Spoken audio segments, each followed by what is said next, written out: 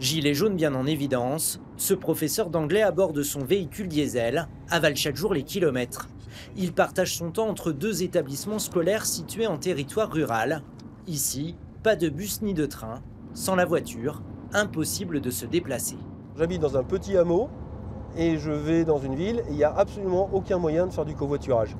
Je pourrais prendre un sanglier à la limite. Mais bon, dans la voiture, c'est pas le pied quand même. Malgré le trait d'humour, c'est le sentiment de ras-le-bol qui domine. Car cet automobiliste dépense 200 € par mois en gasoil.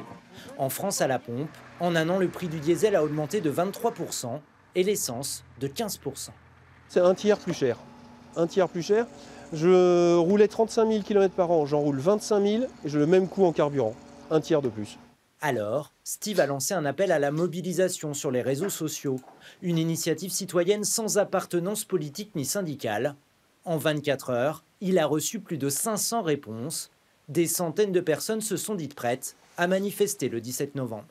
C'est une goutte d'eau qui fait déborder un vase qui est déjà très très plein. On paye.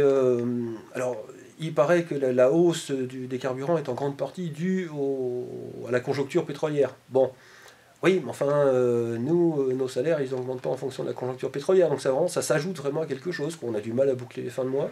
Le 17 novembre, les automobilistes de l'Orne se réuniront dès 7 h du matin. Ils ont notamment prévu de bloquer les ronds-points.